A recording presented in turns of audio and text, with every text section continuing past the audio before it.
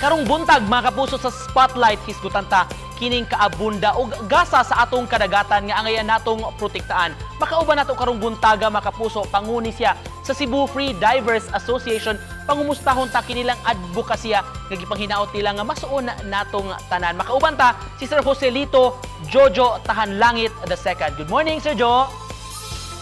Morning, Sir Nico. Ayong buntag sa ato ang mga kapuso viewers. Thank you for having me isip inyong guest karong buntag. Ayo pong lawas aside sa kaning nasinati nato nga panahon sa pandemic. We're glad that you are with us this morning, Sir Jo. Kumusta man ka karong buntaga, sir? Okay ra gyud, sir. Kaluoy sa Dios, okay pa yung lawas. Purya boyag. Sir, we've learned you're a swimming o diving instructor, Sir Jo. Kumusta man ang imong career karon, kini imong gikahiligan labi na nung panahon sa pandemya? So far, salamat sa Ginoo. Maayo ra pud ang dagan sa atong advokasya. Daghan pud ang nag-interest makat-on og free diving diri sa ato ang syudad sa Cebu. So ako lang ihatag nga gamay background kining free diving day, sir.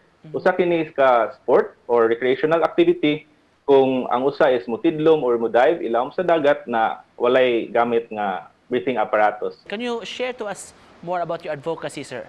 Ang among tumong yun kay matagaan na mo o ganing avenue ang katong mga existing free divers o katong mga gusto makat-on og free diving. They have an avenue where they can ask questions, they can inquire about the sports, and also we can give back or we can give them a safe o proper nga feedback pod.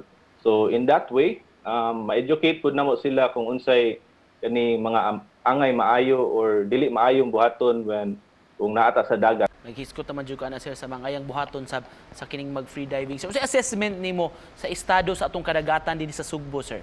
So far kung naaman gani positibo nga nahatag ang lockdown tungod sa pandemya is that ma-observe yun na mo nga kaning naka-bounce back o naka-recover maski gamay ang atong kadagatan. Ang mga isda mas nakatubo, mas tinaw pod ang tubig, less ang mga basura.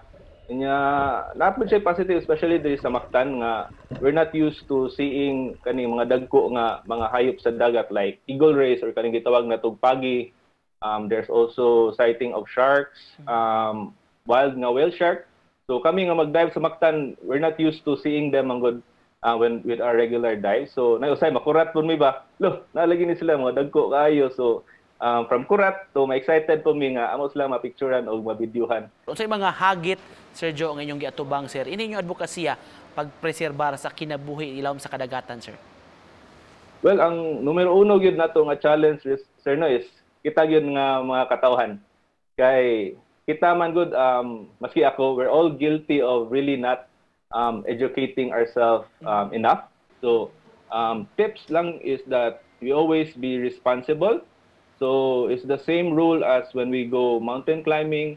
So we take nothing but memories or photos. We leave no trace pod. Sir Jo, to cap this off, atong nahisgutan karong buntaga inyong advokasya. Unsay mensahe nimo gusto nimo ipaabot sa atong mga viewers karon?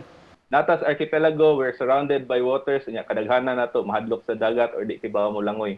So part sa among advocacy is really to provide kaning safety sa atong mga kaigsuonan nga safe sila when they go sa dagat. Daghan kayong salamat mga kapuso, ang pangu sa Cebu Free Divers Association, si Sir Joselito Jojo Tahanlangit. Salamat, sir! Thank you, sir. Good morning. Morning!